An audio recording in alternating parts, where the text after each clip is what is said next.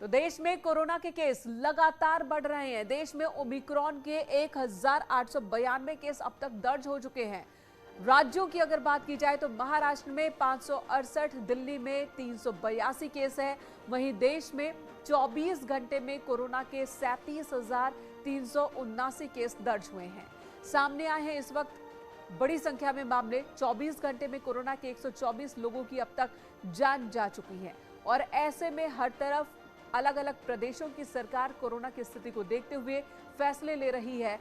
Curfew, lockdown या आंशिक lockdown जैसे स्टेप पर विचार किया जा रहा है।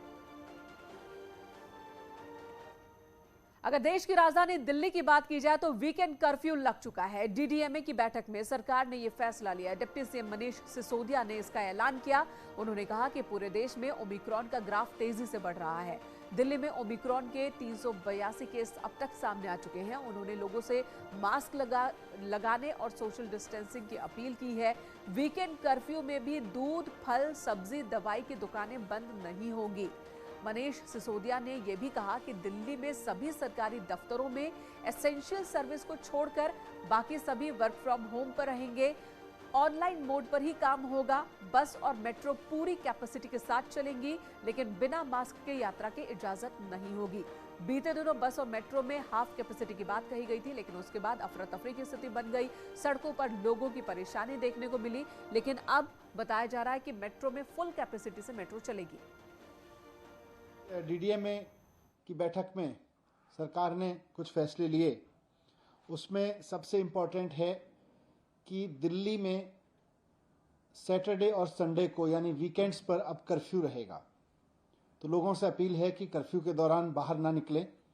बहुत ज़रूरी होने पर हॉस्पिटल या कोई बहुत एसेंशियल ज़रूरत पर ही बाहर निकलें, लेकिन सैटरडे संडे को कर्फ्यू का पालन करें, घर में रहें, वर्क फ्रॉम होम करें या परिवार के साथ बैठें। दूसरा, केसेस ना बढ़ें, इसलिए ये भी फैसला लिया गया कि जितने भी गवर्नमेंट ऑफिसेज हैं उनमें एसेंशियल सर्विस वाले ऑफिसेज को छोड़कर सबको अभी दफ्तर आने से मना किया जाएगा और केवल ऑनलाइन या वर्क फ्रॉम होम। तो एक तरफ कर्फ्यू, नाइट कर्फ्यू की बात हो रही है, दूसरी तरफ चुनावी रैलियां भी जोर शोर से चल रही हैं। आम लोग परेशान हैं कि तो करें तो क्या करें। यूपी में जैसे जैसे चुनाव नजदीक आते जा रहे हैं, कोरोना मरीजों की संख्या में भी लगातार इजाफा हो रहा है। यूपी में पिछले 24 घंटे के अंदर कोरोना के 572 नए केस दर्ज किए गए। इन मरीजों की संख्या को मिलाकर अब यूपी में कुल एक्टिव केसेस की संख्या 2261 है।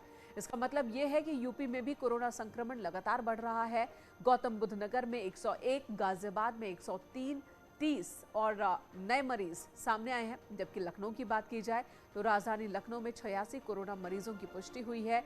मेरठ में 49 नए मरीज मिले हैं। आगरा में 33 और वाराणसी में 20 नए कोरोना मरीज सामने आए हैं।